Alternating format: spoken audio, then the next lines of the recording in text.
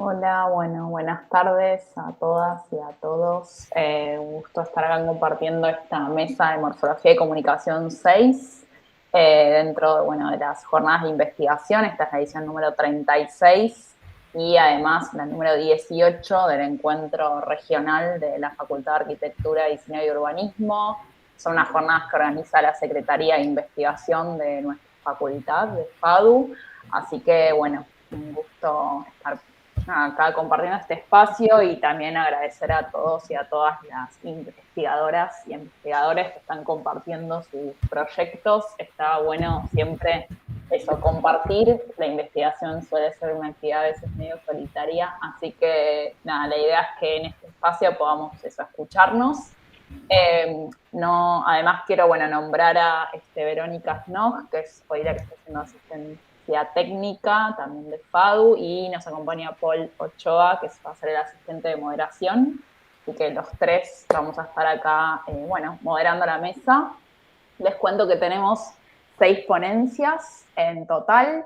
Les anticipé un poco en la organización, pero les recuerdo que la idea es que sean más o menos de 10 minutos cada uno. Quizás si se extienden un poco ahí voy a avisarles, así llegamos en tiempo y forma a todos. Y bueno, tenemos ponencias y presentaciones no solo de FADU, sino también de la Plata y de UADE, así que bueno, también me parece súper interesante que haya ese intercambio entre universidades y, bueno, miradas, por supuesto. Y bueno, vamos a empezar con la primera presentación, que es de Rocío Nerón Coiro y María Varela, de FADU, que se titula Diseño de módulos postindustriales, estrategias bioinspiradas. Así que bueno, las invito a presentar y compartir su investigación. Dale. Bueno, muchas gracias. Buenas tardes a todas y todes. Con María Varela, nosotras somos docentes en la Cátedra Muñoz de la materia Morfología en la carrera de Diseño Industrial FADU-UBA. También formamos parte del proyecto de investigación dirigido por Patricia Muñoz, que articula morfología y fabricación digital. Bueno, y a partir de la puesta en común en el marco del proyecto de investigación, observamos la posibilidad de establecer un correlato entre el módulo postindustrial y el diseño bioinspirado. Entendiendo la naturaleza como un sistema, ¿sí? Vemos que todos sus elementos se disponen según determinadas leyes, donde las proporciones, más que sus unidades mínimas, son las que definen las organizaciones naturales. Como dice María Escario, cuando la naturaleza tiene la fórmula correcta para una determinada función, acompañada de una forma que es eficiente en sí misma para desempeñarla, la replicará tantas veces como sea necesario. En el mundo natural, los motivos de un sistema, por lo general, se repiten en diferentes escalas y en distintas orientaciones, con las mismas reglas bajo el principio de autosimilitud. Siguiendo las estrategias biológicas, los módulos en la naturaleza no son todos exactamente iguales, sino que admiten transformaciones respetando ciertos grados, ciertos rasgos y características en común dentro de un mismo agrupamiento. Por otro lado, el concepto de módulo en el diseño industrial y en otras disciplinas proyectuales se define como la unidad mínima a través de la cual cualquier otro componente puede ser medido y así cada elemento presenta una precisión en relación a los otros componentes. Esto lo podemos observar en producciones industriales, donde las necesidades de una industria de crecer y expandirse, como es la fabricación y la construcción, es relevante reducir los costos, los tiempos, optimizar el material, generar el menor desperdicio posible.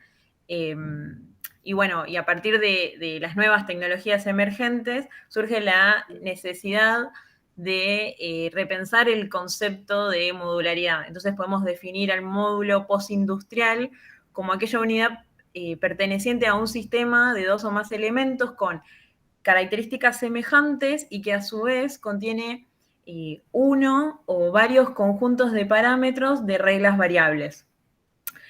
Dentro de este nuevo paradigma tecnológico es que podemos definir que el módulo postindustrial mantiene rasgos de una categoría, priorizando ciertas características que permiten generar geometrías complejas con elementos simples.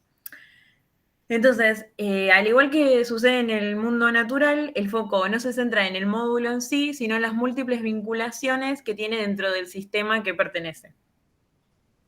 Bien, entonces, lo que decía Rocío, observando que es posible establecer una dialéctica entre la generación modular de carácter natural y la generación modular de carácter postindustrial, es que decidimos buscar un referente natural que nos permitiera transferir estas estrategias morfogenerativas para desarrollar agrupamientos modulares. Para la selección del referente, consideramos estratégico tener en cuenta tres cosas, ¿no? En principio. Por un lado, que la configuración del referente se dé en 3 dimensiones, descartando todo aquello que tienda a no generar espacialidad. También referentes donde sea perceptible la modularidad, perdón, estoy un poco nerviosa, y se observe cierto grado de transformación homeométrica para poder establecer este vínculo con el módulo postindustrial. Y por último, contar con la suficiente información de este referente, ¿no? O en su defecto poder ser observado y analizado in situ. Teniendo en cuenta estas pautas es que seleccionamos como referente la piña. Tras haberla observado y analizado, identificamos en su superficie un patrón modular que se da alrededor de toda la fruta.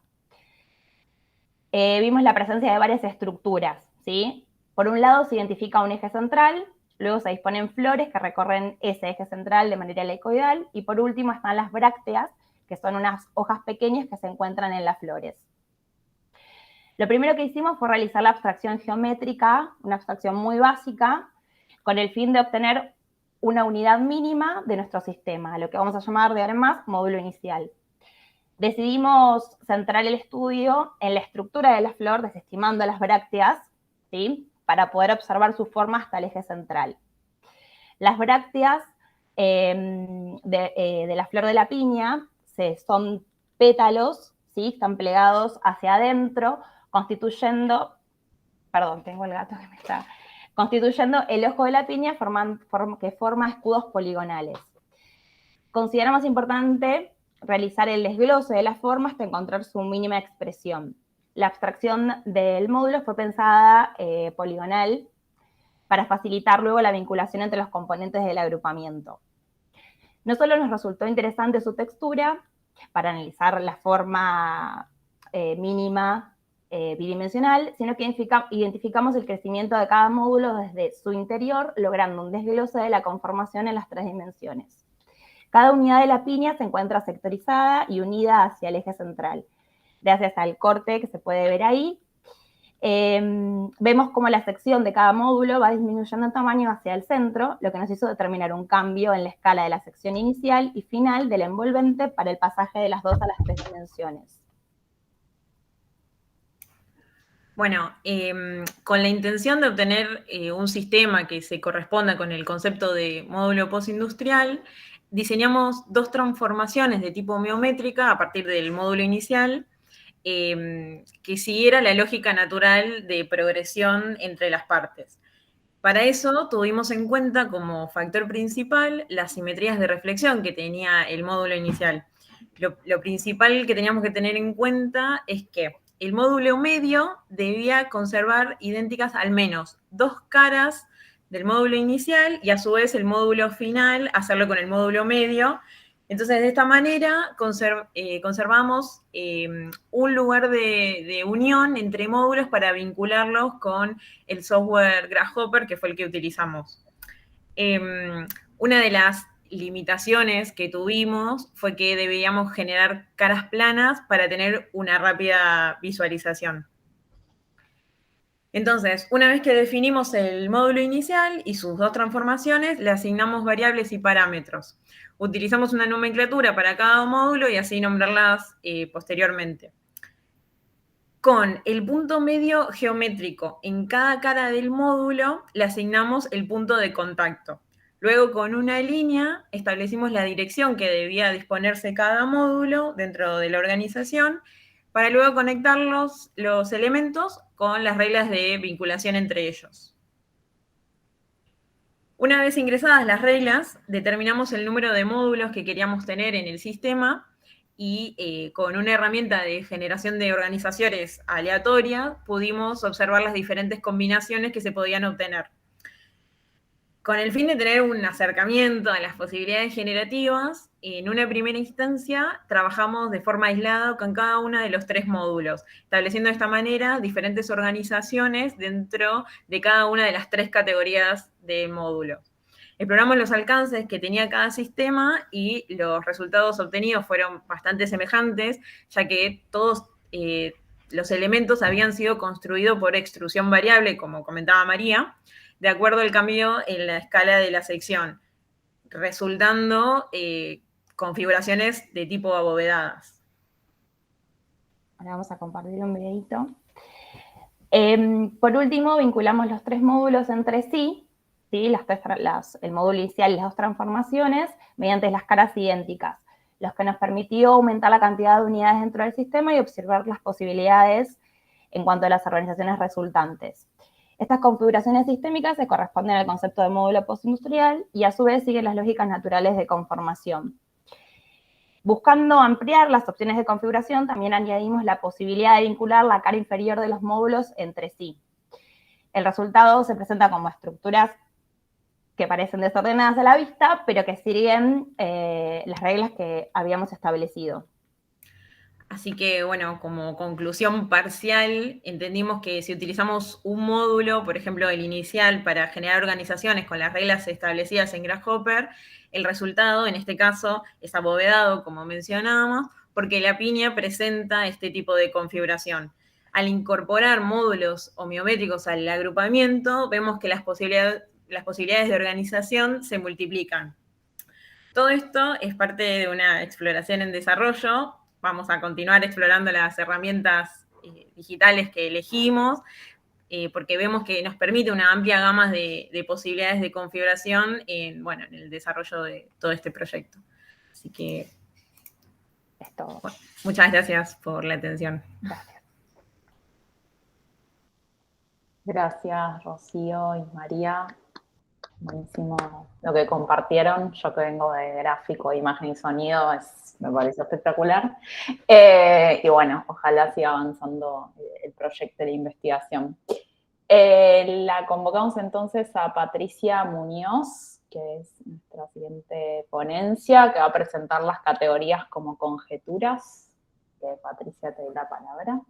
Dale, ahí estoy tratando de compartir.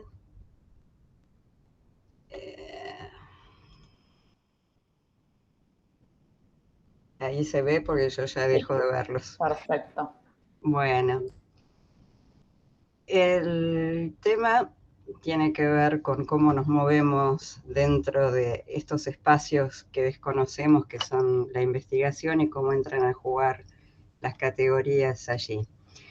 Y en nuestro campo de investigación, que digo nuestro, pues somos un equipo con varios integrantes, aunque esté ahora hablando yo sola, pero todo esto es el trabajo de todo un equipo.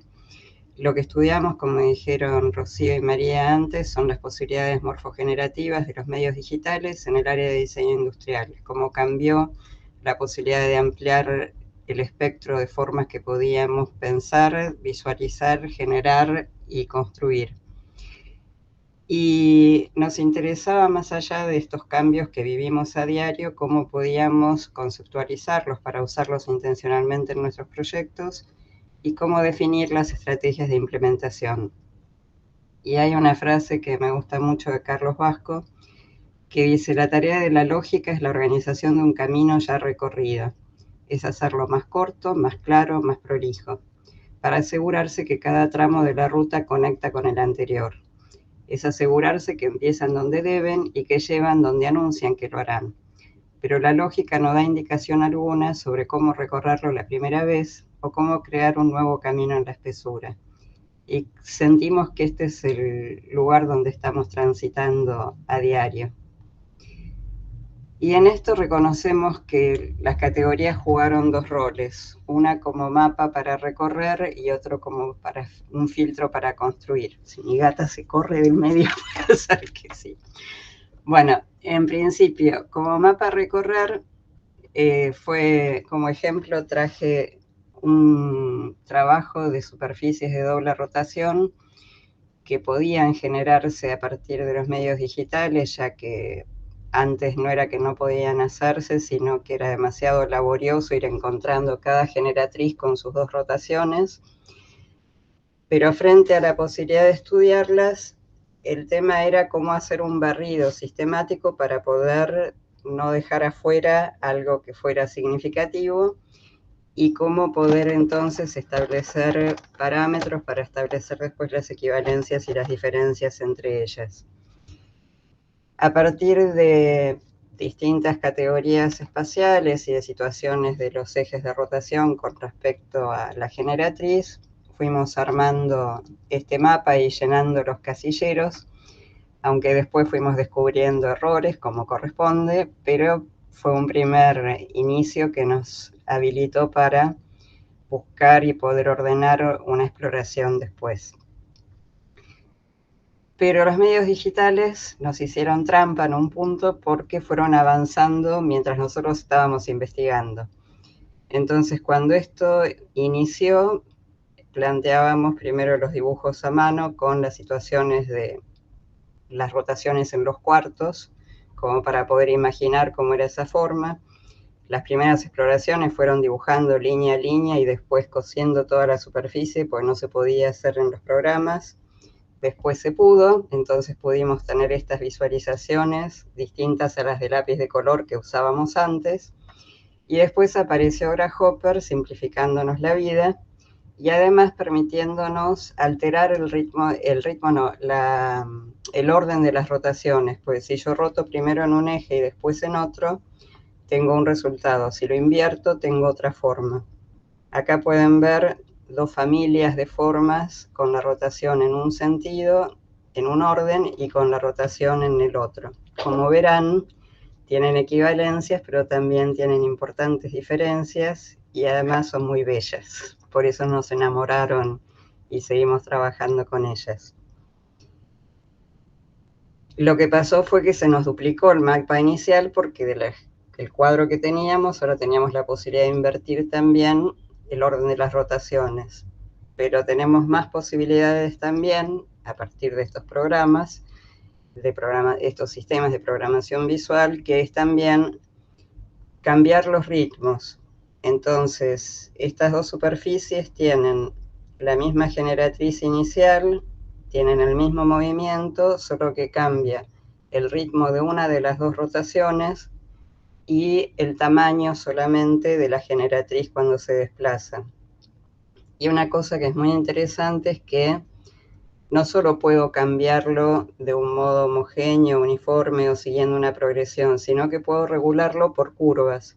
Entonces yo puedo tener que en una misma forma el ritmo se acelere, se desacelere, cambie, y entonces todo eso puedo implementarlo en una forma que vaya después a nuestros proyectos, y por eso era tan importante hacer ese barrido para poder tener todas estas variables a la hora de diseñar. El otro tema, las categorías como filtros, tienen que ver con otro trabajo de flexibilización de placas rígidas por corte que se habilitó a partir del corte láser, que no tiene arrastre de material, entonces se pueden hacer cortes muy próximos y con formas variables. Y para iniciar esto traje una frase que también me atrae mucho de Michel Foucault, que dice: el orden es a la vez lo que se da en las cosas como su ley interior, la red secreta según la cual se miran en cierta forma unas a otras, lo que no existe a no ser a través de una reja, de una mirada, de una atención, de un lenguaje, y solo en las casillas blancas de este tablero se manifiesta en profundidad como ya estando ahí, esperando en silencio el momento de ser enunciado. Y acá lo que hicimos fue primero analizar, porque empezamos a ver y a detectar que los diseñadores empezaban a usar esta técnica de flexibilizar placas por corte, aunque no había una conceptualización, era una situación muy exploratoria, y el desafío era cómo definir los grupos con características comunes. y acá jugaron las categorías el rol de permitirnos encontrar las recurrencias y a partir de esos grupos que pudimos armar, encontrar cuáles faltaban para poder buscar esos límites de esas categorías y así hacer un barrido y poder aplicarlo después en los proyectos. A partir de varios ensayos, algunos con varios errores, que acá hay parte del equipo que ha sufrido en carne propia con todas las cosas que no salieron y disfrutado las que sí. Una primera instancia fue definir categorías de corte, de la forma del corte y su disposición y el tipo de flexibilidad que daban. Como verán, los nombres eran de la producción interna del grupo: retícula, espiral, zigzag y flecos, no muy académicos, pero sí muy operativos. Y después, cuando lo llevamos al taller para hacer una práctica con los estudiantes, a ver si estas categorías eran realmente las que podíamos usar, detectamos también un plano distinto, que era el de las estrategias para usar esas categorías. Si lo hacían de forma unitaria, en agrupamientos, combinándola con un núcleo de una de las categorías o parcial. Después pudimos incorporar otras categorías cuando ya había un piso de conocimiento como para trabajar esto en la generación de formas, que fue agregarle determinadas funciones muy simples, como contener y exhibir en un mismo objeto que por articulaciones y uniones que se abrían y se cerraban, cambiaban estas dos funciones en su desarrollo, y esto nos llevó a estudiar después las uniones, que este fue un trabajo en particular que hizo Belén Vulcano, que no está, pues se fue a vivir a Tandil, pero sigue presente y conectada con el grupo, donde estudió dentro de estas técnicas cómo trabajar y generar las uniones en el mismo corte, y así por elasticidad y por distintas alternativas incorporar esto también como un valor de diseño. Otras cosas que surgieron, otras categorías que aparecieron, fueron desde la implementación, donde la pregunta era qué cosas no pensamos, qué cosas todavía no se nos ocurrieron hacer con esto que antes era inviable. Y pasamos por el material, por el cambio de escala, por el uso, y todo el tiempo nos estábamos preguntando qué quedó afuera. Surgieron cosas inesperadas, de pronto a partir de un requerimiento externo, pero creo que también fue interesante porque entonces las categorías que aparecían ya no eran las que habíamos planteado en un principio, sino a partir de la vinculación de este primer conocimiento con el contexto. Para terminar, me parece importante que entendamos que las categorías en nuestras investigaciones, por lo menos en estas que recorrimos, tienen dos funcionamientos, como mapa y como filtro, que las construimos a partir de la necesidad de conceptualizar un nuevo campo desconocido y desafiante. Y nos gusta lo que plantea Pendelberg también, que dice que la práctica es mutable porque cambia con el tiempo y presenta nuevas configuraciones que no puedan ser desconocidas si pretendemos que nuestros raciocinios sean sólidos. El mundo de la práctica es indeterminado porque las cuestiones prácticas surgen dentro de contextos particulares. Así, las decisiones son apropiadas solo con relación al contexto. Lo que podemos explicar de nuestro mundo es mucho, pero es mucho más aún aquello que no logramos comprender aún. Las respuestas a nuestras inquietudes son fragmentarias, provisorias, dispersas, pero no por ello menos importantes. Las indagaciones que integran la morfología y los medios digitales construyen paulatinamente el conocimiento y las estrategias posibles para integrar los nuevos recursos con intencionalidad en el diseño. Los saberes previos se incluyen, amplían y potencian al reformularse desde nuevas prácticas. Muchas gracias. Puedo compartir. Ahí. Y así los veo de nuevo. Gracias, Patricia. Muy interesante también el recorrido y bueno, las citas también que amplían un poco ahí los sentidos. Muy lindo. Bueno, entonces pasamos a la tercera ponencia, que es José Luis Caivano y Daniela Andrade Díaz. José Luis y Daniela nos van a compartir categorías cromáticas, conjuntos de colores como instrumento estándar para diversas investigaciones. De la palabra. Bueno, José Luis. Gracias, Mariel. Empiezo a compartir ahora. Creo que la verdad. Por todavía, ahí está, ahora sí. Sí. Ahí vemos, bueno, perfecto. ¿Qué tal? Buenas tardes. El trabajo lo hicimos con Daniela Andrade Díaz. Ella hizo una pasantía de investigación este año y la propuesta es desarrollar conjuntos de colores estandarizados que puedan servir como instrumento para distintas investigaciones. Es algo bastante común usar conjuntos de colores en encuestas o en estudios sobre preferencias de color, en semántica y en psicología del color. Pero el problema es que casi siempre se usan conjuntos distintos, propios de cada investigación, y eso hace que no se puedan comparar.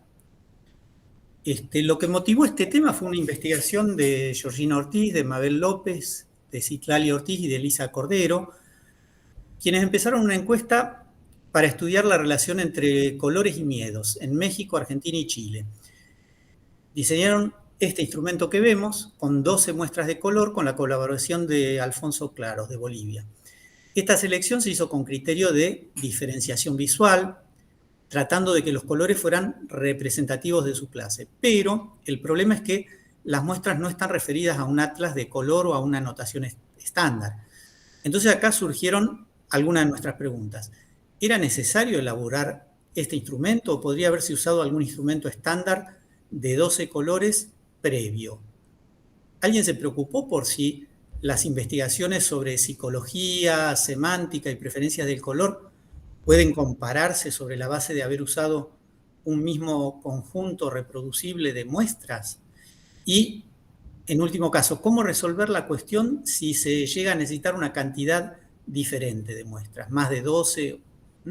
Vamos a repasar entonces algunos antecedentes.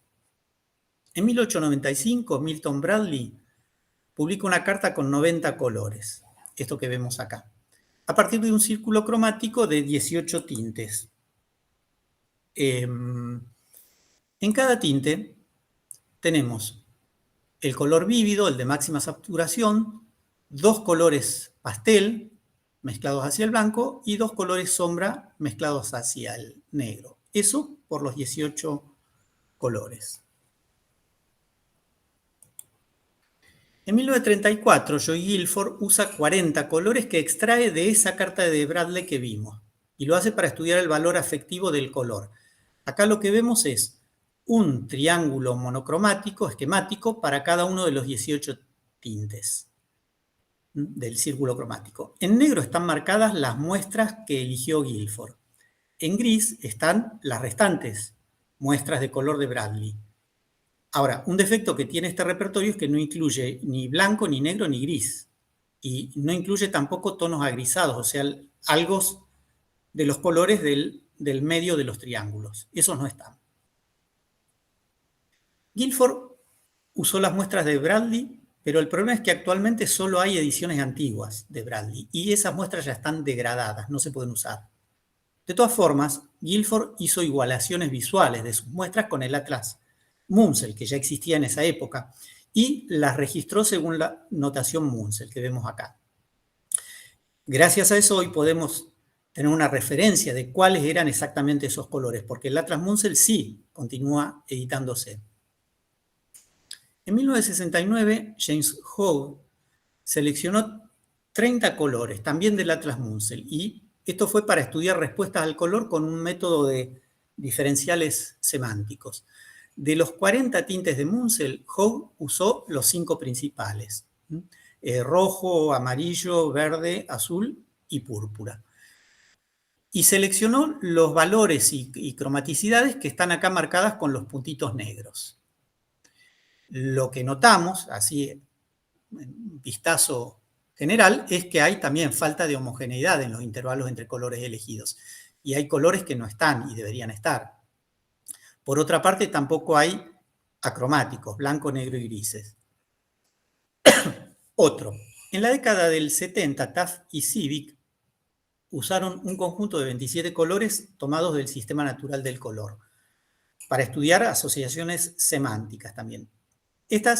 Acá están marcadas las ubicaciones de esos colores en el círculo cromático del NCS y en un triángulo que incluye la escala de grises y permite también ver las cromaticidades. Y también la notación específica de cada uno de los 27 colores.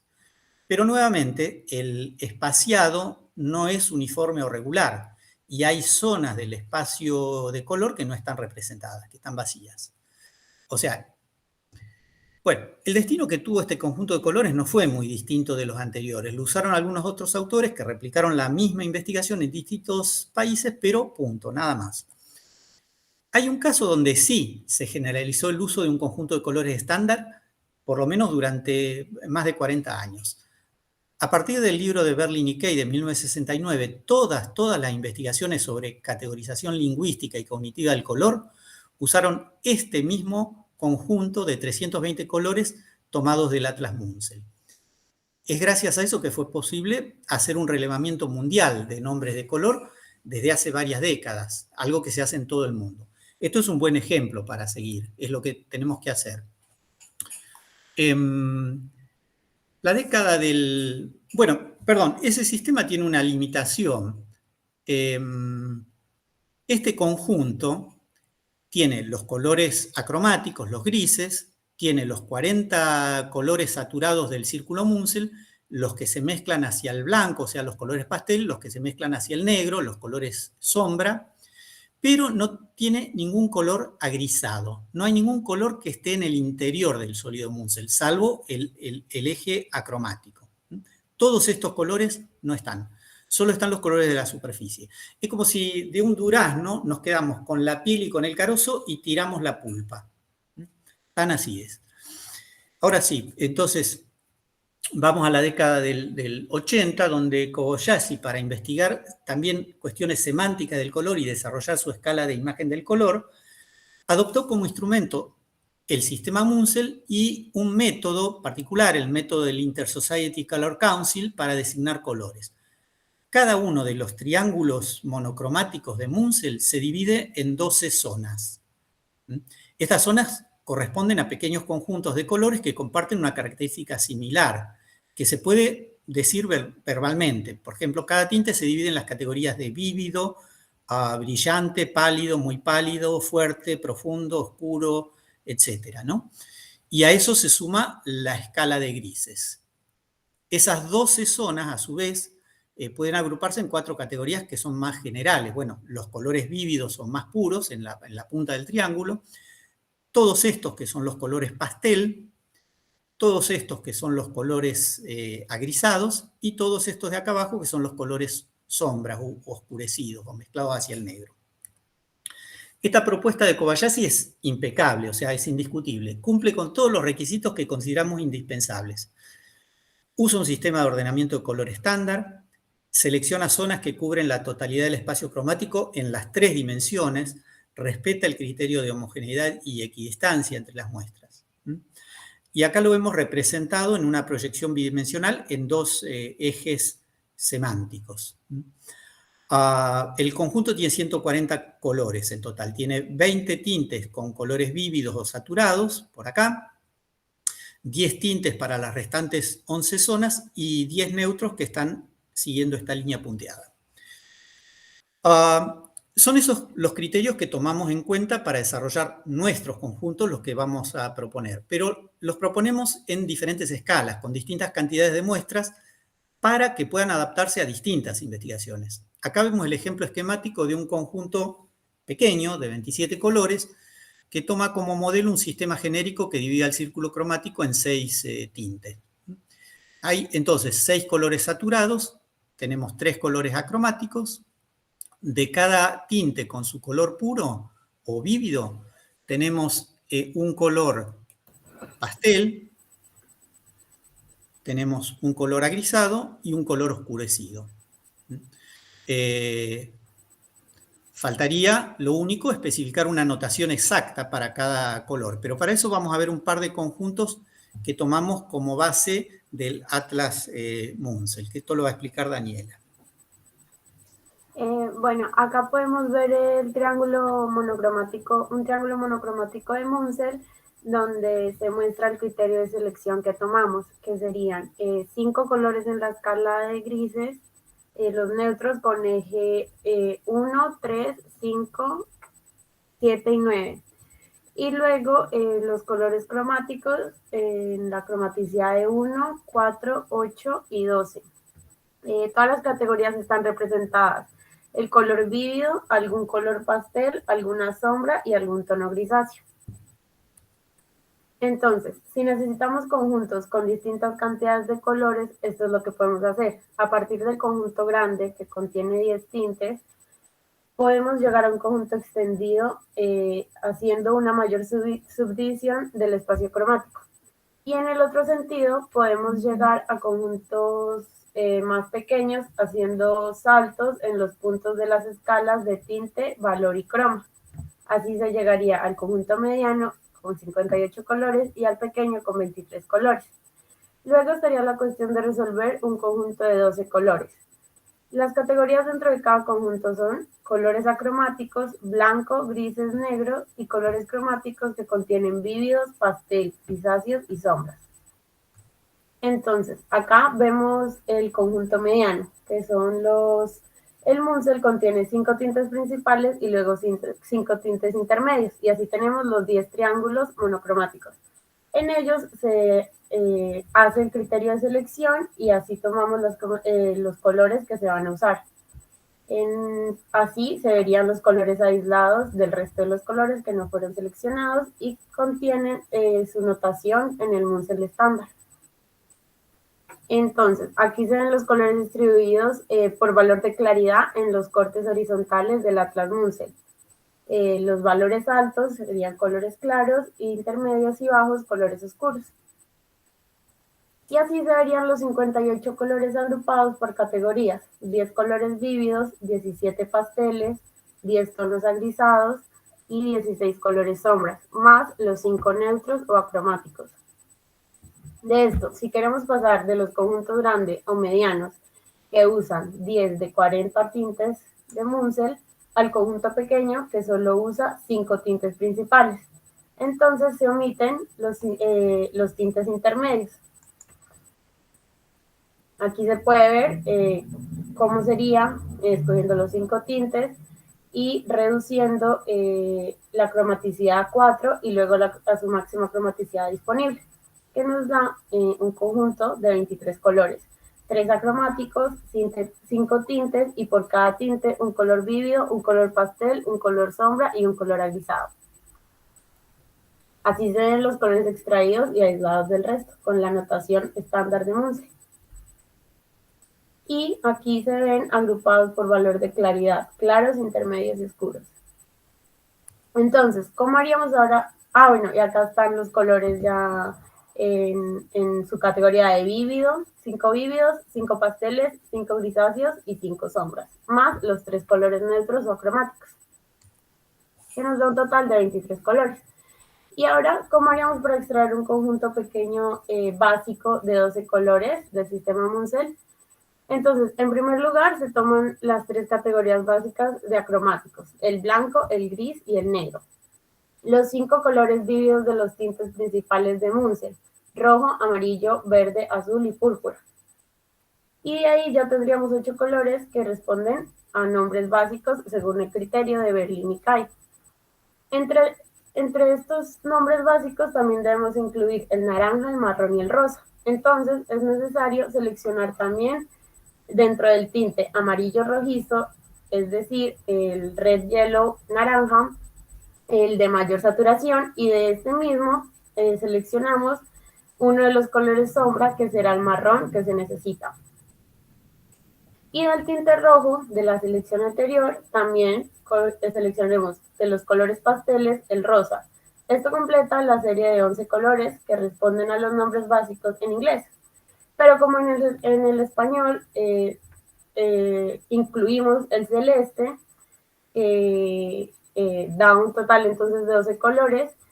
Lo tomamos también del mismo tinte del azul en los colores pastel, que sería el celeste. Y así, con estos pocos ejemplos, hay varios más desarrollados con distintas particiones y cantidades de muestras en relación con el sistema Munsell y con el sistema natural del color, NSS, en los cuales podemos seguir procedimientos similares en el caso de utilizar otros espacios de color. Los criterios serían los mismos: usar un sistema de ordenamiento de color estandarizado con sus notaciones de color para especificar las muestras, seleccionar zonas o categorías que cubran la totalidad del espacio cromático en sus 3 dimensiones, y respetar el criterio de homogeneidad y equidistancia, es decir, mantener la mayor regularidad posible en el espacio entre muestras.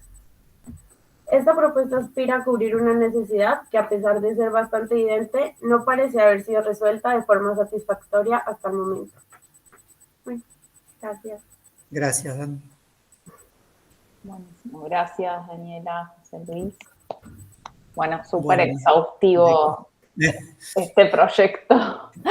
Tremendo, así casi la cuestión científica del color, súper interesante. Pasamos unos minutitos, pero no nos quería interrumpir porque estaban ahí con el hilo. No, gracias. Ahí dejo de en la conversación. Gracias. Bueno, pasamos a la siguiente ponencia, que es de Andrea Marta Uglacia y Matías García Bogliolo. Espero estar, pronunciándolo bien. Sí. Bueno, ellos son de la Universidad de La Plata y nos van a presentar pensamiento y lenguaje gráfico, el lenguaje de la arquitectura, así que cuando quieran. Ya estoy compartiendo. Vale. Dame un minuto.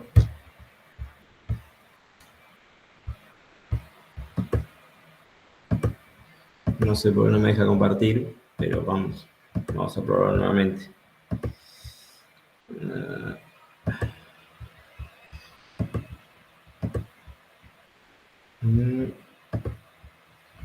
No sé si están viendo.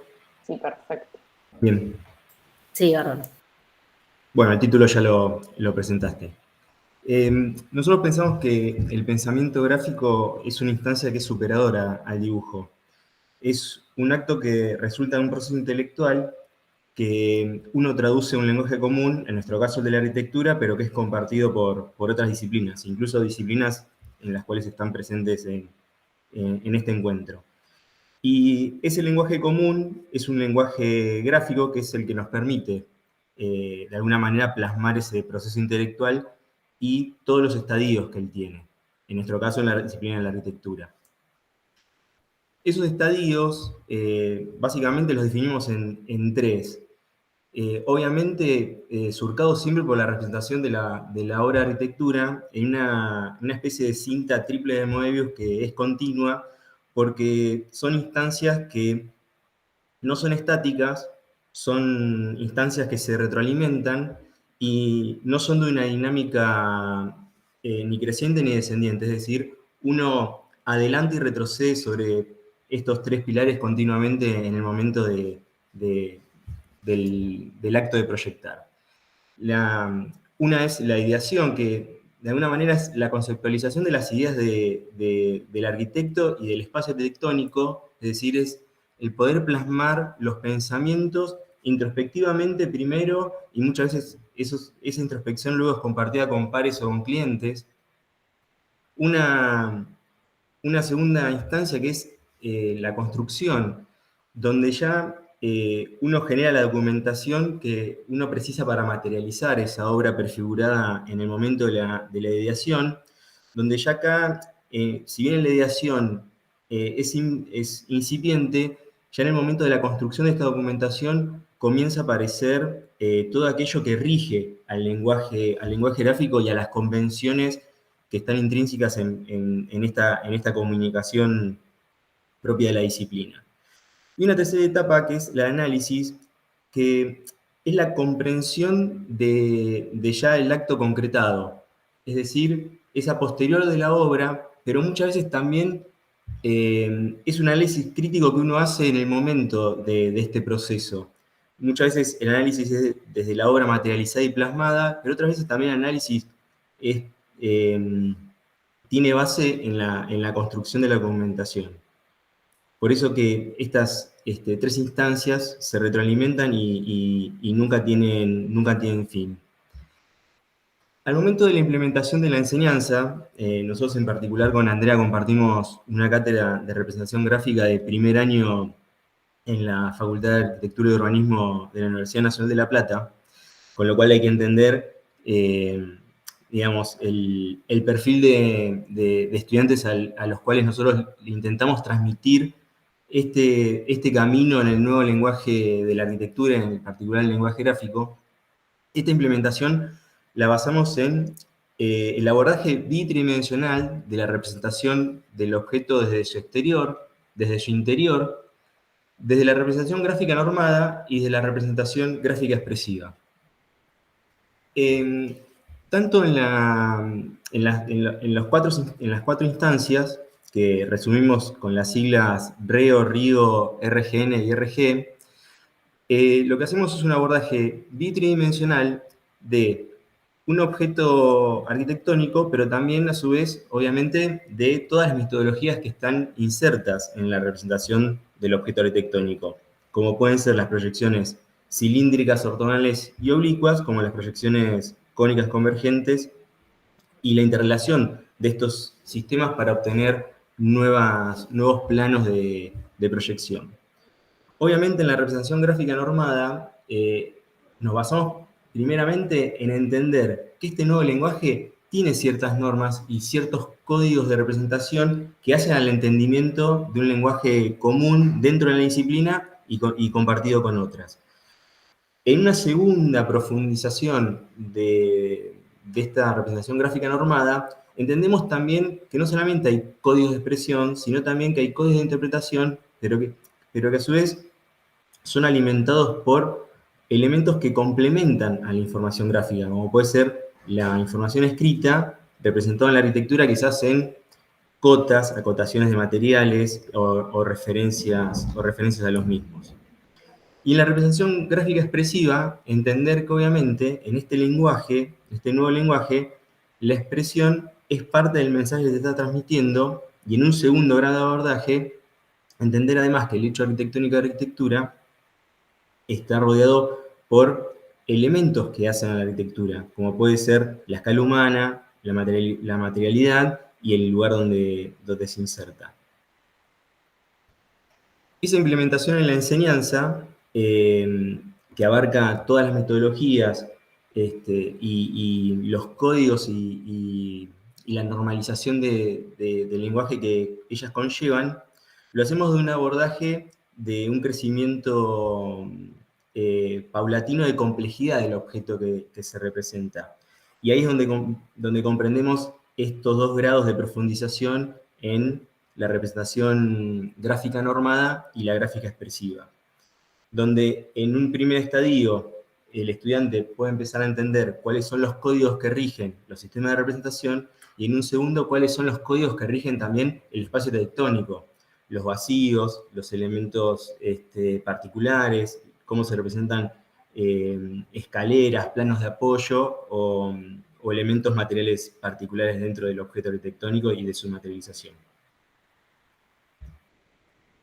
Entonces, lo que nos interesa es de alguna manera transmitirle a los estudiantes que, primeramente, dibujar permite plasmar, evidenciar aquello que están ideando y aquellos que piensan. Es la manera de poder transmitirlo. Que es una herramienta que además incorpora ese grado de particularidad de lo que uno está pensando, pero que debe traducirlo a un lenguaje convenido que de alguna manera tiene que ser entendido primeramente por él y segundo por sus pares o por algún particular docente en alguna de las materias de diseño y proyecto de la facultad. Pero entendiendo que en esa codificación, primero lo que no debe perder es su idea impulsiva y propia. Y también lo que debe entender es que no debe perder toda aquella expresión que tiene que ver con su personalidad y con su manera propia de comunicar sus ideas. Muchas gracias. Gracias, Matías. y De nada.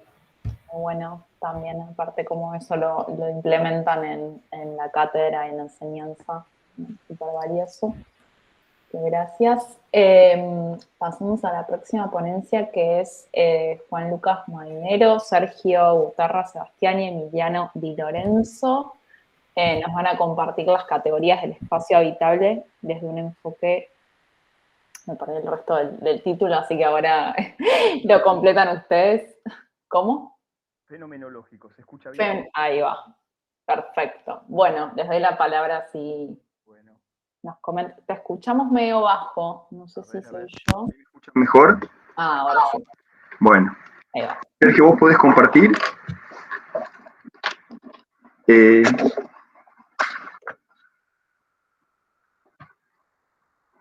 Hola, hola. Sergio, que está hablando. ¿Ahora me escuchan? Sí, ahora sí. Perfecto. Bueno, estaba por compartir. Estamos habituados más al Zoom que al Meet, así que tengan paciencia para... No hay problema. Ahí en el medio, sí. Está en presentar toda tu pantalla, una ventana o una pestaña. Exacto. Depende de donde lo tengas ahí abierto.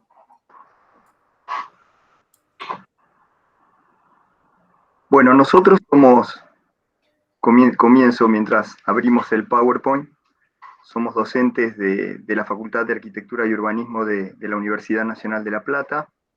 Muchos de los presentes nos conocemos de congresos de distintos tipos de encuentros que hemos tenido. Y realizamos, además de esta tarea docente, un trabajo de investigación con el arquitecto Sergio Gutarra y el arquitecto Emiliano Di Lorenzo, que tiene que ver con el espacio habitable, el espacio arquitectónico, tanto edilicio como urbano, y las características que tiene. En particular, en el último tiempo estamos abocados a presentar, a indagar en los aspectos fenomenológicos. La arquitectura como espacio es una noción sin referencia hasta que existe algo que nos permite tocarlo, verlo, escucharlo, y entonces en ese momento es que el espacio se manifiesta de alguna manera. Y esa manifestación, ese fenómeno de presencia, hace que ese espacio se transforme en lugar, que adquiera para nosotros una significación particular. Quien percibe, quien habita el espacio, o quien lo experimenta, considera ese espacio lugar a partir de que para él adquiere un significado. Entonces, existe una primera categoría, y que está en la base del quehacer de los arquitectos, diseñadores, investigadores, que son los que hacen la realidad edilicia y urbana como su fuente de producción y de estudio, que es la del espacio entendido como espacio habitable. El espacio entendido como espacio apropiado.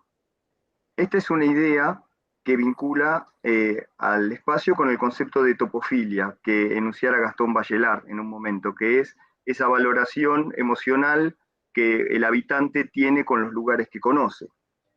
Las categorías de espacio habitable y de lugar no se agotan en aspectos solamente formales, como la tradición acostumbraba a definirlos, sino que hay una parte que tiene que ver con el espacio vivencial, experimentado, que es lo que nosotros llamamos el aspecto fenomenológico, que es lo que está ligado a la vivencia de esos espacios. Entonces, podemos definir al espacio habitable como el escenario pleno de contenidos, donde transcurre la vida de las personas, y al lugar como el espacio psicofísico que puede ser referenciado y nombrado. En la medida que nosotros podemos, digamos de algún modo, bautizar un espacio, ya ese solo hecho, ese solo fenómeno lo transforma en lugar. Y entonces, detrás de toda esta clasificación o categorización, está el fenómeno de la percepción. La percepción es un proceso que integra todos nuestros sentidos, involucra a todos nuestros sentidos para interpretar el mundo material que existe, pero lo hace pasar por el filtro justamente de nuestro sistema nervioso y de nuestro cerebro. Entonces, ahí lo percibido entra en contacto y en conjunción con lo recordado, con la memoria que nosotros tenemos de los lugares. El fenómeno de la percepción es complejo por esta situación. Por un lado está el aspecto sensible y por el otro lado está el aspecto del recuerdo o de nuestra mente interpretando ese espacio. La captación, la vivencia del espacio transcurre en un tiempo. y en un territorio. Nosotros habitamos territorios. Podemos denominar territorio desde un simple espacio doméstico, una habitación, hasta el mundo entero, el mundo global. Este tipo de clasificación, que marca distintas categorías de habitar el espacio, habla de una construcción epistemológica del hábitat, que es en lo que nosotros fundamos nuestro trabajo de investigación. Tratar de establecer estas categorías que definen las distintas instancias fenomenológicas de un hecho perceptual del espacio que habitamos, de la arquitectura. Entonces, existe una conexión entre el espacio y el tiempo de la percepción. Las ciudades son fuente de análisis y de información, además de producción de nuestro trabajo particular, y se da claramente esta situación donde existe una ciudad material, que es la ciudad física, y una ciudad percibida, que es la ciudad mental, donde se une el recuerdo y el conocimiento previo a la sensación perceptual del hecho físico que nosotros tenemos delante.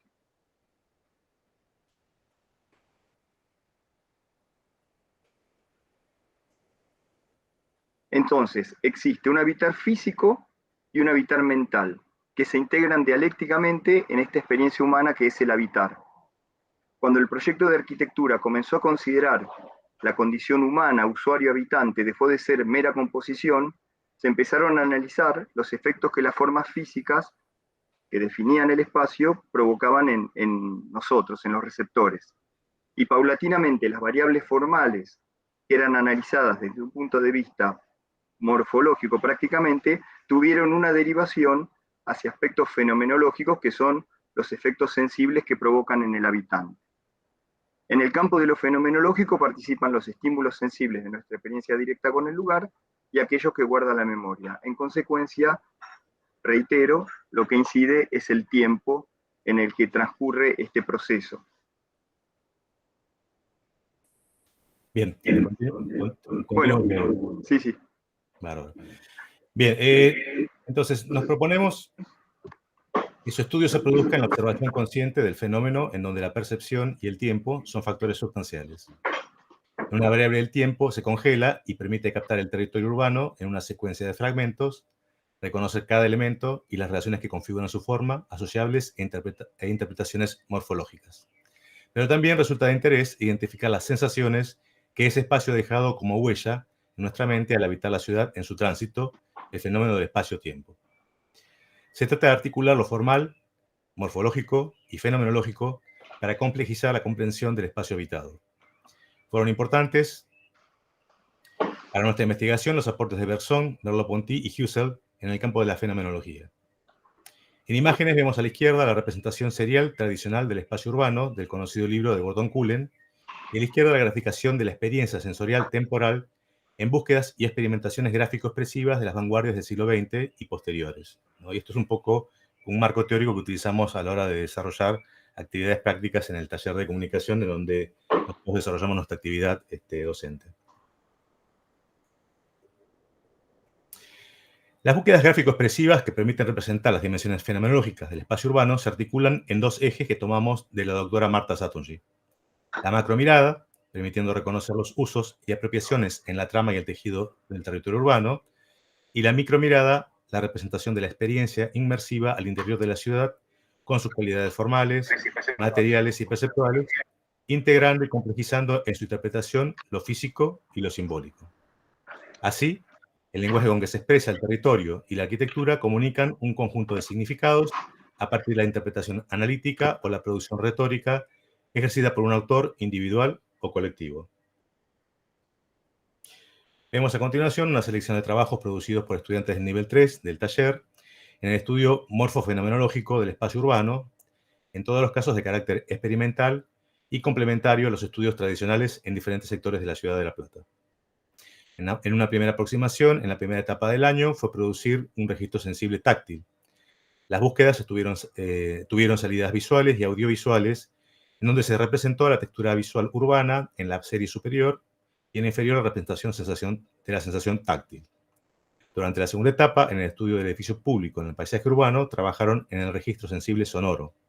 En este caso, las propuestas fueron gráficas, sonoras y audiovisuales. Entonces, un poco estos trabajos que no son habituales en los estudiantes, intentan sensibilizar en otros aspectos que tienen que ver a las cualidades del espacio, que no son solamente las visuales, y tratar de traducirlas a medios gráficos audiovisuales más contemporáneos y vinculados a su propia experiencia con el mundo digital. A la izquierda de una etapa posterior, debían producir la representación de la percepción del espacio-tiempo en el hábitat de la ciudad. A partir de un video que transitó una arteria significativa de la ciudad, hubo que representar dos situaciones: un observador en movimiento transitando por la ciudad y un móvil, un observador estático, percibiendo cómo se mueven los elementos por el espacio urbano. El dibujo analógico, la fotografía digital, el collage y montaje digital fueron recursos utilizados en su representación. A la derecha son paneles síntesis de etapa en el análisis del espacio urbano, en donde se propone articular los diferentes tipos de representación que expresen la complejidad del espacio habitado desde las variables formales, morfológicas y fenomenológicas, con el objetivo de construir herramientas que permitan representar diferentes factores que hacen a la interpretación y posterior producción arquitectónico y urbano. Y un poco en esta última etapa que proponemos en el nivel 3 del taller de comunicación, se dan estos trabajos ya de experimentación y generación formal, ¿no? Entonces, estos paneles síntesis de trabajos de generación formal que se desarrolla durante la etapa a partir de 3 esquicios, que son geometría y forma, transformación a partir de color, materialidad y concreción, en donde el organismo formal, el encauzamiento espacial, responde a las leyes que propone el lugar y debe permitir un lugar de exposición, tránsito y permanencia, en donde también se expone o enmarca la ciudad.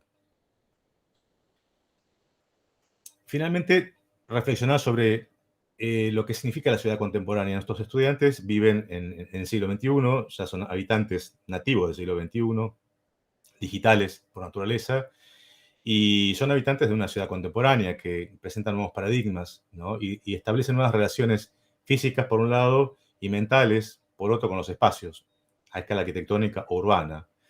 No podemos no tener presentes las tecnologías, los medios de información, la conectividad, la virtualidad, la globalización y la localidad.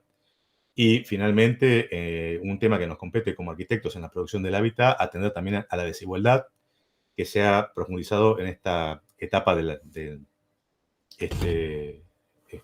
la vida contemporánea, ¿no? Todos estos efectos provocan nuevas representaciones y significados para los habitantes contemporáneos, que entonces necesitan de nuevas categorías para poder resignificar los viejos conceptos. Estos criterios son los que tomamos a la hora del desarrollo de la investigación, que son llevados al taller de grado y nos permiten reinterpretar, analizar y fundamentalmente proponer a través de nuestros proyectos nuevas condiciones de hábitat para un mundo contemporáneo. Muchas gracias por su atención y dejamos paso al siguiente orador. Muchas gracias. Muchísimas gracias a ustedes.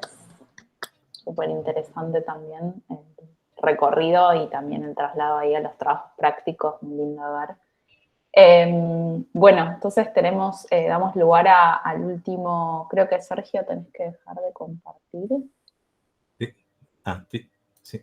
Ahí está. Ahí está. Perfecto. Muchas gracias. Damos lugar a la última ponencia, que es de Mauro Suárez Torrico, Ángeles Lorna Denari Morrow y Octavio Luqui, que nos van a presentar experimentaciones morfológicas en la enseñanza de la arquitectura y el diseño, estrategias, juegos y prácticas para el emerger de un pensamiento proyectual. Así que le damos la palabra ahí al equipo. Hola, buenas tardes a todos. Buenas, gracias Mariel. Voy a compartir pantalla. Bien, comenzar transmisión. Entiendo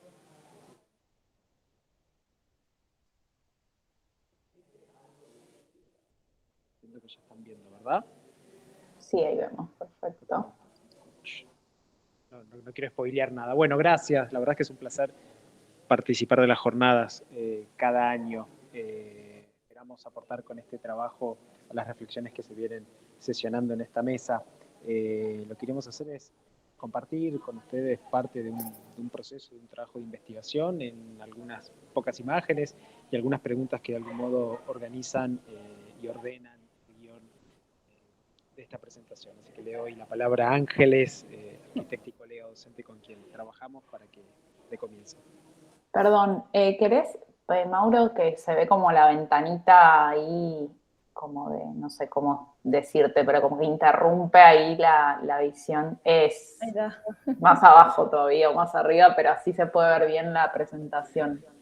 Creo que lo que puedo hacer es llevarla arriba. Total, hay un encabezado que siempre Dale, no se al van a menos perder de mucho. Sí, no, para no. poder ver bien, buenísimo. Gracias. Sí, y se te escucha medio lejos, pero bueno. Estoy con la disposición tecnológica del bar de la facultad. Así que Perfecto. Ahí si te acercás se escucha mejor, igual ahí a voy. se escucha bien. Perfecto, gracias. Perdón que interrumpí. Bárbaro. Bueno, nosotros somos Ángeles Nari Morro, Mauro Suárez Torrico y Octavo Luqui, un equipo de arquitectos y docentes de la Facultad de Arquitectura y Diseño de la UADE.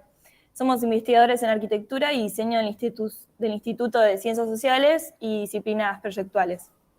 Compartimos el ejercicio docente en el primer año de la carrera de arquitectura en FAD y UADE, y desde el año 2021 llevamos adelante este proyecto de investigación, como bien nombramos antes, llamado Experimentaciones Morfológicas en la Enseñanza de la Arquitectura y el Diseño. Y bueno, también nos acompaña en esta tarea un grupo grande de estudiantes, que bueno, vamos a nombrarlos, que hacen un gran labor también con nosotros, que son Juan Pobor, Luana Aris, Paula Ragemelo, María López Melgar, Ignacio Benjura, Candela Molina, Chiara Bransen, Julieta Sandoval, María Solargel, Sol Santoro, Úrsula Ortiz, Guadalupe Alonso y Benjamín Wu.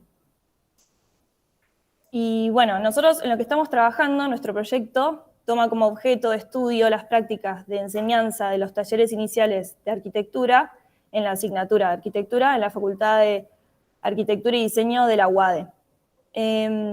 Nuestro objetivo es que recuperamos como datos las experiencias que emergen de las propuestas desplegadas en los años 2020 y 2021 en el curso de arquitectura y en un contexto de coyuntura a causa de la pandemia por COVID-19, y el curso de arquitectura de 2022 en un contexto de significativo regreso a la presencialidad. El objetivo general de este estudio es analizar interpretativamente cómo contribuye la propuesta desplegada en los talleres iniciales de arquitectura en los años 2020, 2021 y 2022 en la conformación de un pensamiento proyectual en las y los estudiantes. Bueno, ¿y por dónde empezamos? La primera acción del proyecto de investigación se relaciona con su primer objetivo específico, que es identificar y analizar de las propuestas desplegadas sus diseños, estrategias didácticas, ejercitaciones y marcos teóricos. Lo que hicimos fue elaborar primero un mapa preliminar, analítico, interpretativo, que reconoció aspectos y nudos significativos del taller, y que sirvieron luego en la elaboración de un segundo mapa, entre otros, que destacamos los siguientes rasgos preliminares del taller inicial de arquitectura. Uno de los rasgos fue que favorece el cambio de mirada, que también es una alternativa que ensaya formas y estrategias didácticas, que libera zonas de exploración para el estudiante, que instala un estado de duda y que convive al interior del espacio de enseñanza, que también trabaja de las preexistencias y preexperiencias que el estudiante aporta al taller de su universo singular y potente. Lo distintivo del taller es su interacción, su invitación a crear con y a partir de otros, y que también que se trata de una experiencia que se comparte.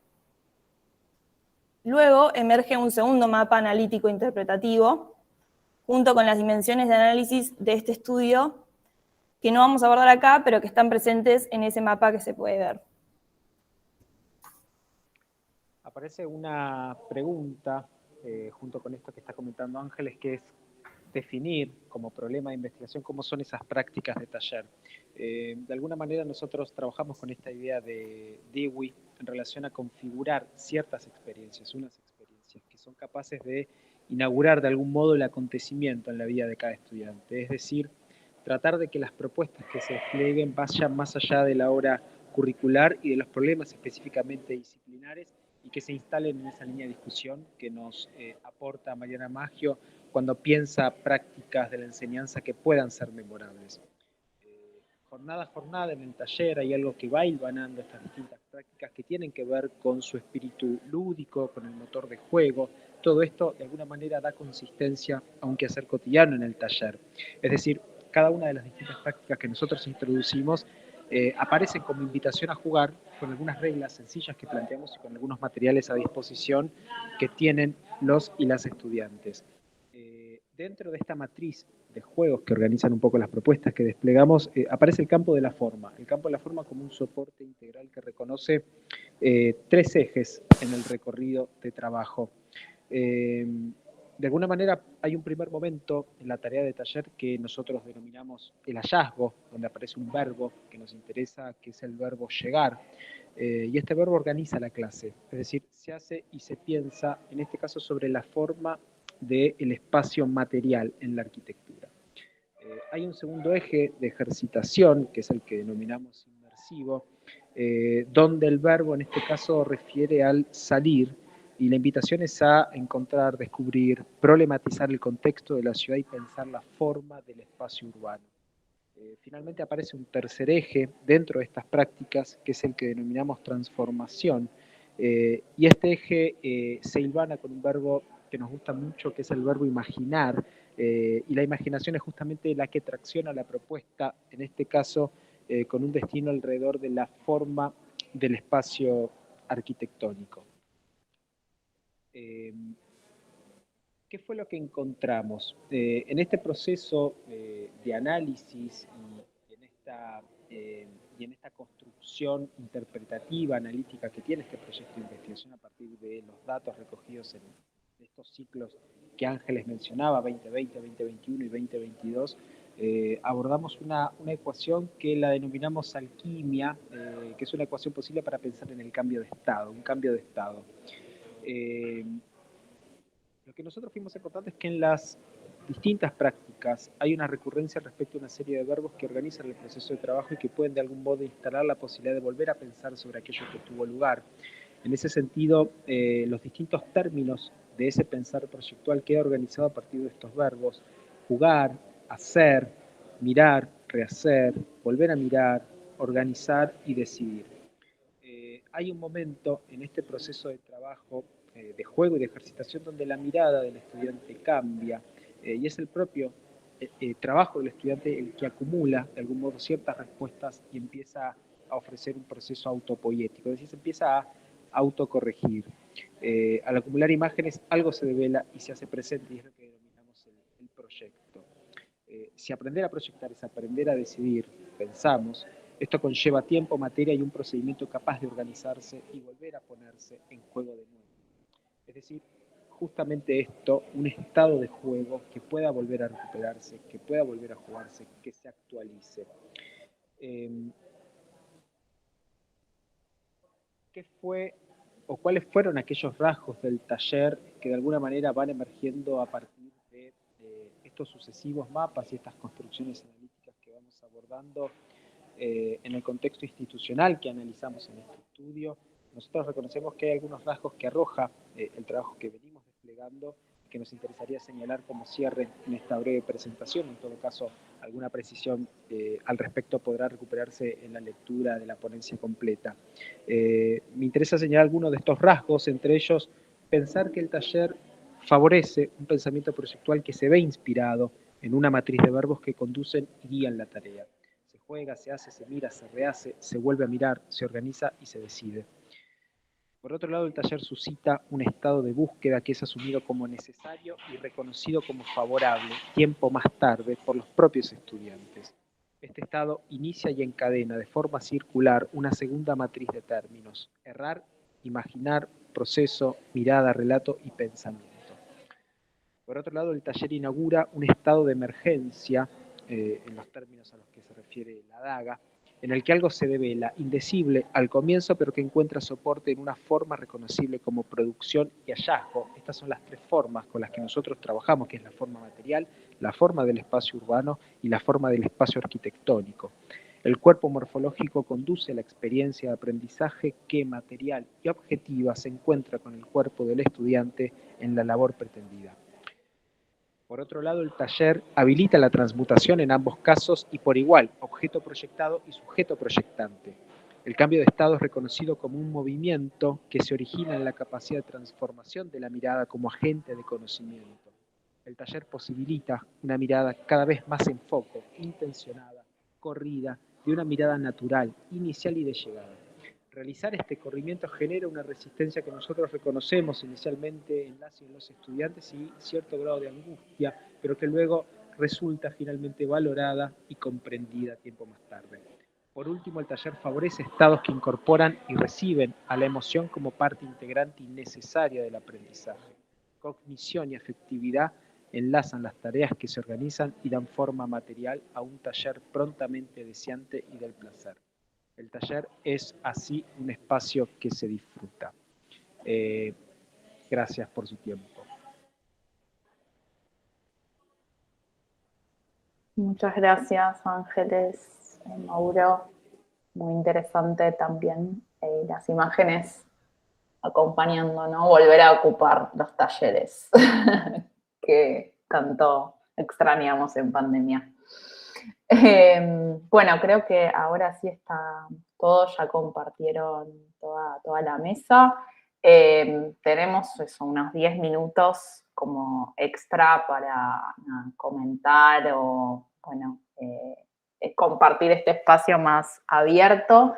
Yo en principio, comento un par de cosas que me parecieron interesantes de un poco los puntos en común quizás de las investigaciones y después si ustedes quieren abrir micrófono y bueno, comentar o algunas impresiones, obviamente bienvenido.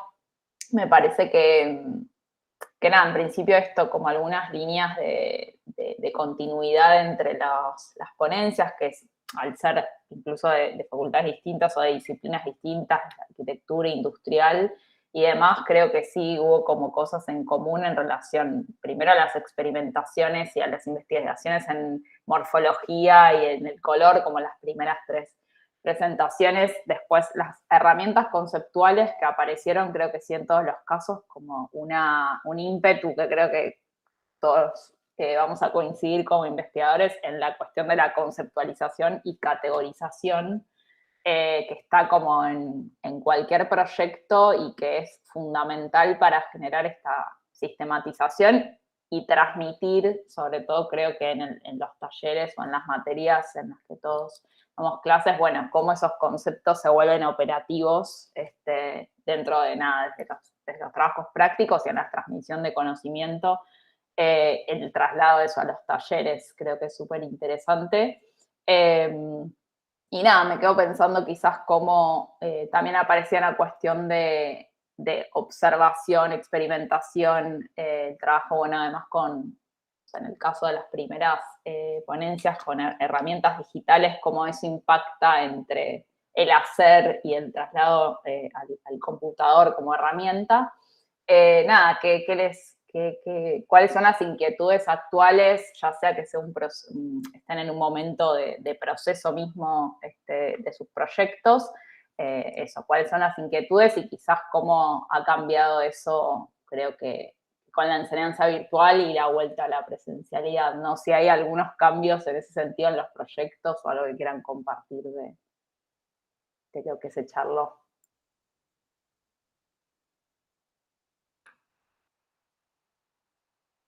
Que quiera abrir o comentar. Sí, hola, ¿qué tal? Yo tenía varias preguntas para varias de las ponentes. En primer lugar, tenía una pregunta para Rocío y para María. Y era, ustedes hablan de que la abstracción y el proceso genera una bóveda. Y sé que es una etapa temprana en la investigación y que está todavía llevándose a cabo, pero ¿sienten ustedes que este puede ser una nueva etapa de categorizaciones que pueden surgir o que es ampliar unas categorías que ya existen, entrar un poco más a fondo en ellas? Y también quería preguntarles cómo fue trabajar con Grasshopper y que me comenten un poco sobre las limitantes que puede llegar a tener la herramienta y cómo esto afectó el proceso productivo de estos módulos que generaron. Con respecto a las configuraciones abovedadas, lo que nos pasó fue que en realidad los módulos los diseñamos nosotras y quizás teníamos que contemplar ciertos ángulos, que eso fue lo que nos limitó en ese crecimiento, ¿no? No sé, Mary, ¿vos querés agregar algo de eso? No, tal vez todo el proceso, ¿se me escucha así, no? Sí.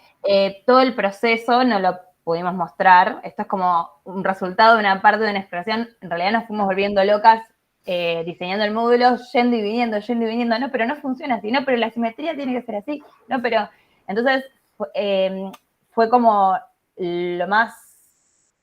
lo que pudimos acercar como para poder categorizarlo y utilizar el Grasshopper para generar las organizaciones. Y después a tu pregunta de cómo fue trabajar con Grasshopper, y bueno, fue medio un dolor de cabezas en algunas partes, pero bueno, llegamos a un resultado en el que nos permitió tener algunas conclusiones. Después seguimos con la exploración y también aprendiendo un poco más. Y ya creo que sabemos por dónde ir o sobre todo por el manejo de las reglas de vinculación, ¿no? Porque lo que nosotros hicimos fue diseñar los módulos y escribir las reglas, y en base a esas reglas que nosotros le dimos al programa fue que se permitían diferentes configuraciones. Bueno, quizás podemos también dejar que las reglas sean un poco aleatorias, con algunos lineamientos y ver qué pasa. No, hay como muchas posibilidades. Buenísimo, muchas gracias. Después tengo una pregunta para Patricia, porque me llamó mucho la atención, sobre todo el comentario de no son muy académicos, pero son funcionales.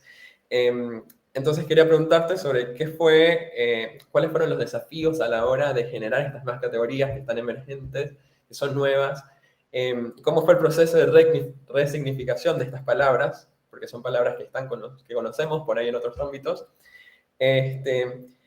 ¿Y qué define la academicidad de un término? Porque son categorías que están naciendo. Entonces, bueno, eso era lo que me llamaba la atención. No se te escucha, Patricia. Está silenciada. Sí.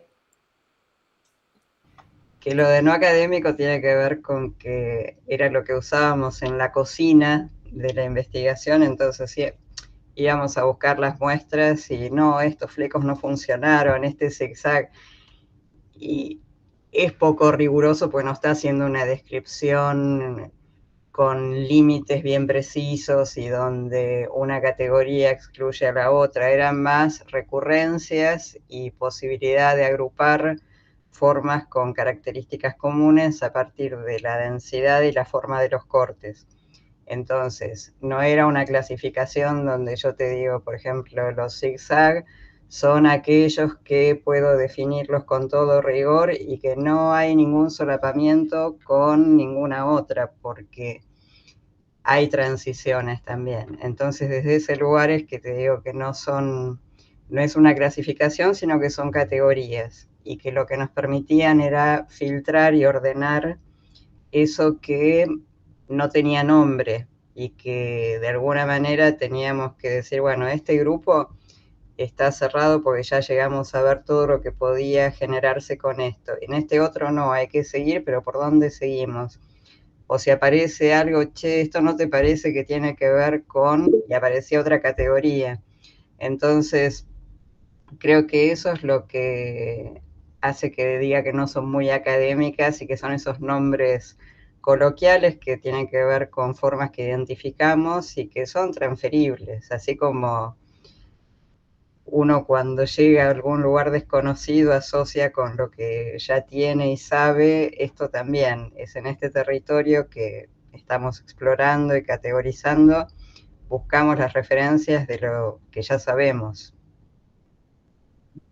Igual de lo que decías de Grasshopper con las chicas, nosotros también trabajamos en esto con Grasshopper y creo que lo que es interesante es que sí, es un dolor de cabeza porque es mucho lo que hay que aprender, pero también es una herramienta potentísima porque nos quita la laboriosidad de hacer cosas. Entonces es pensar qué queremos hacer y poder trabajar los incrementos, porque los programas en general te permiten hacer muchas repeticiones homogéneas o a lo sumo una progresión muy simple. En cambio acá uno puede regular todas las transiciones con una sutileza que es maravillosa. Bien. Bueno, Ahí muchas gracias. le doy la palabra a José Luis y después al usuario que dice coordinador de escuela, que no sé el nombre, pero José Luis primero si querías comentar algo. Dale. No te preocupes tanto, Patricia, porque por esa aparente falta de precisión que decís, porque es cierto, categorizar es una actividad humana que implica ponerle un rótulo, una etiqueta a un segmento del universo, del conjunto de cosas que en general suele ser más continuo que estas divisiones que intentan establecer las categorías. Es decir, todos trabajamos con categorías y el lenguaje, las palabras del lenguaje categorizan, ¿no? Decimos mesa y con esa palabra abarcamos un conjunto de elementos que son muy distintos. ¿Dónde termina una categoría y empieza otra? Es en general algo muy difuso y es algo que suele ser arbitrario. En un proyecto anterior trabajábamos más bien con cuestiones que eran pasar por encima de las categorías y prestar atención a las continuidades y a las transiciones que hay entre una categoría y otra, ¿no? Que puede ser a veces más interesante que tratar de encasillar las cosas en compartimentos estancos o en categorías estancas, ¿no? Sí. Así que muchas veces en proceso de investigación es más rico usar ese tipo de metáforas que son un poco más fluidas que categorías congeladas, ¿no? Así que eso suele ser creativo para la investigación. Sí, gracias. Sí, ahí no sé si leyeron a Mieke Val, pero tiene un libro que habla sobre los conceptos y tiene esta idea de conceptos viajeros, que es un poco lo que dice José Luis, creo. De también, ¿no? Los conceptos viajeros que provienen de otras partes, de otras disciplinas y las traemos para conceptualizar. Nada, es muy lindo ese texto. Le doy la palabra ahí a coordinador escuela, que hola, no sé cómo es. Hola, ¿me escuchan? Sí. Ok, hola, muy buenas tardes. No sé si es buenas noches para ustedes. Todavía pues desde la Facultad de Arquitectura de la Unimeta en Colombia. Y estoy muy feliz, uno, porque esta es una pregunta y el quehacer de la enseñanza de la arquitectura, digamos que lo vengo estudiando desde hace mucho tiempo. Tuve la oportunidad de estar en la Universidad Nacional del Nordeste en mayo y aquí estaba feliz con Sergio Gutarra, además porque también vino Valeria Burkhardt de la Universidad Nacional del Mar del Plata. Entonces, estar aquí y escucharlos a ustedes, que es una inquietud que tenemos, yo creo que en todas las facultades de arquitectura del mundo, espero yo. Entonces, quería como transmitirles eso, el agradecimiento de lo que están haciendo, compartiéndolo, también agradeciendo porque esto nos lo dejó la pandemia, creo yo, la posibilidad de comunicarnos desde distintos lugares del mundo, eso me ha hecho muy feliz, y agradecer a la última exposición sobre los verbos que van desde jugar más hacer hasta decidir, que citándolos voy a intentar programar un ejercicio y quisiera, no sé si de pronto se pueden tomar algunos contactos para nosotros poder usar algunas de las investigaciones que ustedes están haciendo en Argentina, y era eso, solo agradecerles, mil gracias. Qué gran propuesta de este ejercicio que han hecho esta semana, así que nada, era eso, gracias. Gracias por compartir la emoción de estar acá y sí, gracias por las palabras.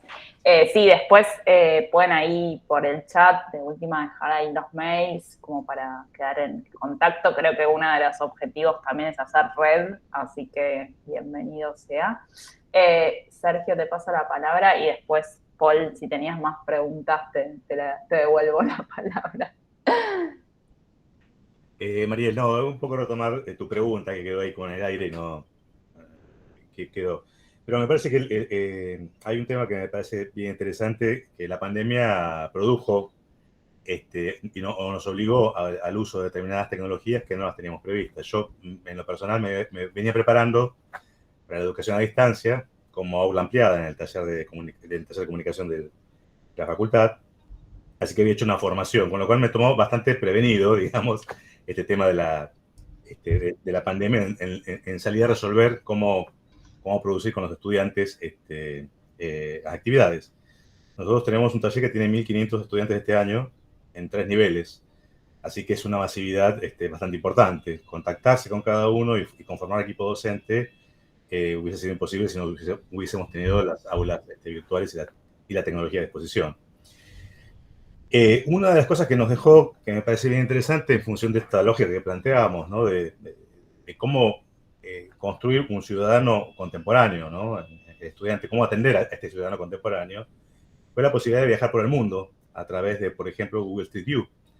Entonces, muchos trabajos prácticos los hicimos, por supuesto, en forma local, aunque encerrados en la localía, pero otros los hicimos viajando a distintas plazas, fue un trabajo, ¿no? 5 plazas del mundo, y cada uno tuvo que, a partir del dispositivo digital, viajar, pasear, ver distintos materiales, construirse un imaginario y a partir de eso hacer una síntesis, ¿no?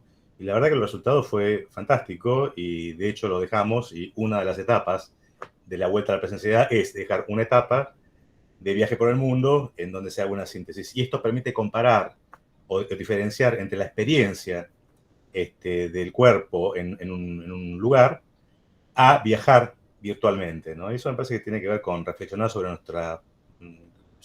la globalidad. Cómo somos ciudadanos globales, pero a su vez locales, y cómo debemos atender a una y otra cosa en simultáneo y cómo poder decodificar. Y respecto de las categorías, me parece bien importante lo que decía José. Las categorías son provisorias siempre y, como decís vos, son viajeras. Por eso nosotros proponemos el tema de recategorizar, porque el concepto de espacio y de lugar, entendido en el siglo XX y entendido en el siglo XXI, son totalmente distintos, porque el medio es absolutamente distinto y cambiante. Creo que un aspecto del siglo XXI es que no hay certidumbre, o sea, la única certidumbre es la incertidumbre, y esto nos problematiza, nos complejiza como habitantes del mundo. Y esto repercute en los proyectos de arquitectura, ¿no? Donde cada vez el concepto de la flexibilidad o de que en el tiempo tiene que tener la posibilidad de adaptarse y readaptarse, es un tema que tenemos que tener presente. Entonces, me parecían interesantes estos dos aspectos para vincularlos. Buenísimo, sí, coincido. Yo también trabajé mucho con el traslado del flaner físico al virtual, así que resonó mucho con lo que en mis materias en las que participo, así que con sus trabajos y sobre todo, bueno, Marc Ollé también es un faro interesante para entender las ciudades. Paul, no sé si tenías algún comentario más que querías hacer alguno de los ponentes. Sí, era que más allá de el tema de categorías y todo esto, me parecía interesante que hubo ciertas conexiones en cuanto al cómo desarrollaron los proyectos y incluso cuando era el paralelismo que hubo entre la última ponencia sobre eso de jugar, hacer, mirar, rehacer, remirar, organizar y decidir.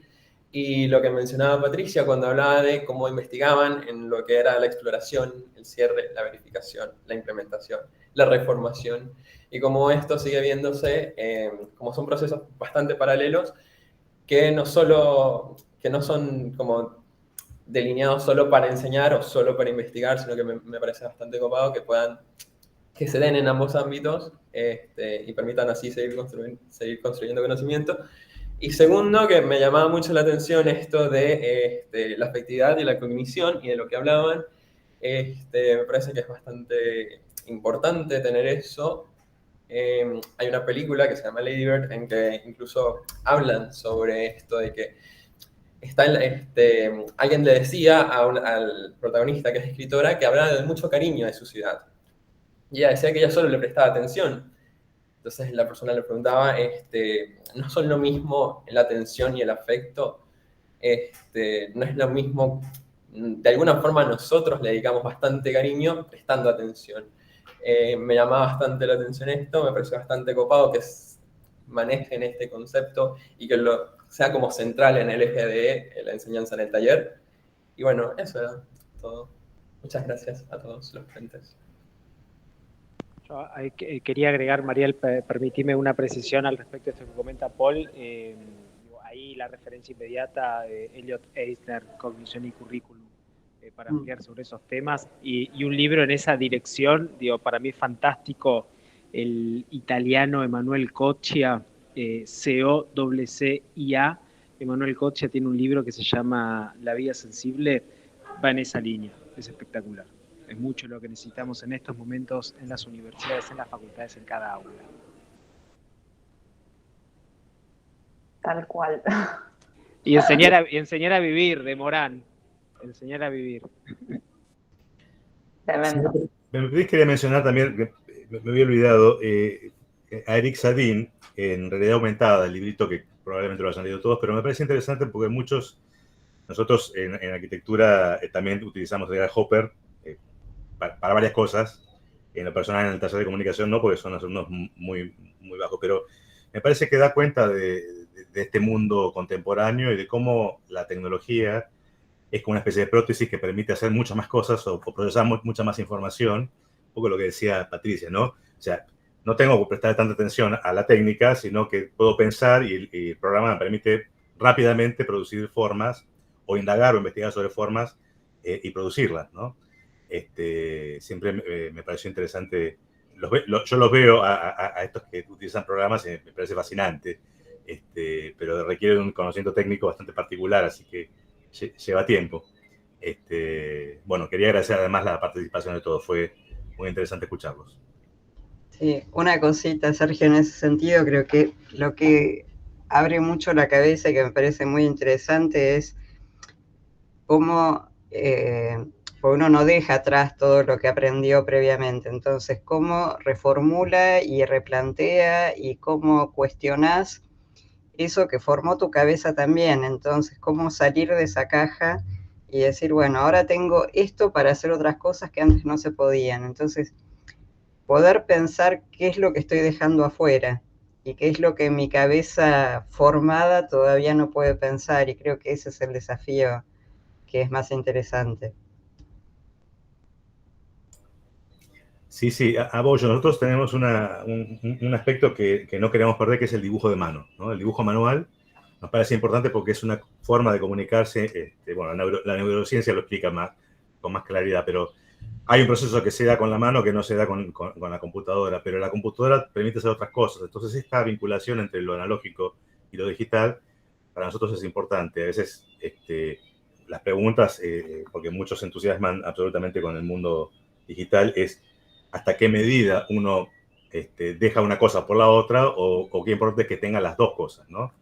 Unas tienen una función y cumplen una función en lo cotidiano y con las personas, y las otras permiten ampliar absolutamente y achicar tiempo, básicamente, ¿no? Y esfuerzo. Entonces ahí me parece que... Dentro de lo que es diseño industrial, yo agregaría también las maquetas de estudio a lo que es el dibujo, porque para nosotros muchas veces necesitas esa protomaqueta que no es impresión 3D, que no es nada más que algo que te ayuda a entender. Sí, totalmente de acuerdo. En arquitectura hacemos maqueta y la maqueta de papel.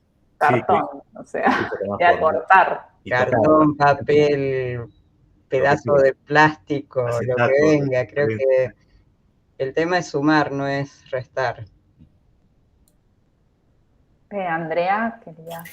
No, quería comentar que en realidad creo que la base un poco está en lo que hablábamos del pensamiento gráfico, ¿no? El pensamiento, lo que es poder pensar el espacio, poder pensar un objeto, poder pensar el diseño. Creo que después si está mediado por la computadora o es manual, es como otro camino u otra cuestión. Nosotros mucho lo planteamos porque viste que hay todo un debate con por qué se sigue enseñando en primer año el tema del dibujo en arquitectura, y nosotros siempre planteamos que en realidad es una manera de enseñar a pensar, quizá es mediada por la mano porque es primer año, porque creemos que es importante, en nuestro caso en el taller, poder empezar a pensar y poder transmitir lo que uno tiene en la abstracción de la cabeza y entender la abstracción de los sistemas. Pero creo que más allá de eso, por ahí a veces este debate de lo analógico y lo digital, que lo hemos participado y vivido muchas veces, creo que ya quedó como medio superado por esto de que es el pensamiento, ¿no? Es el enseñar a pensar. Después lo de los programas, porque si no también podemos caer en esas cuestiones que creo que es lo que Patricia mencionaba. No es el programa el que define, o sea, uno al programa después lo maneja, uno al programa lo cierra, lo articula y lo modifica con los parámetros que le pone. Lo importante es el pensamiento que uno tiene para poder mover esos parámetros. Así que, bueno, no, eso era un comentario porque se me despertó recién cuando estábamos hablando del dibujo analógico y digital. Bien, ahí dejo a otro autor, Willem Flusser, si les interesa el pensamiento sobre las imágenes técnicas, él tiene, bueno, ha escrito mucho sobre eso y la caja negra, ¿no? Todo lo que sucede dentro del hardware que no conocemos y, bueno, cuánto, o sea, si somos usuarios, operadores o si realmente accedemos un poco a lo que sucede dentro. Como una discusión para otro día, pero interesante para por lo menos ser conscientes. Sobre todo creo que en el pasaje, yo cuando estudié diseño gráfico empecé con el disquete, terminé con el pendrive, o sea, digo, y ahora los alumnos ya directamente son, como decía, creo que Sergio, ya no, nativos digitales, y bueno, ya ni siquiera se cuestionan esas cosas. Bueno, lo natural es diseñar en la computadora, pero bueno, esa herramienta no es obviamente neutra, así que bueno, eso creo que da para otro día. Pero bueno, estamos creo que de tiempo como para ir cerrando. Les agradecemos a todos compartir las ideas, la predisposición. Están todos los mails también en el PDF del programa y quedamos en contacto futuro. Y bueno, nuevamente gracias por todo, por el espacio compartido. Que termine muy bien la semana. Igualmente. Gracias. Muy bien, buenas jornadas. Gracias. Gracias. Hasta luego. Chao, nos vemos. Chao.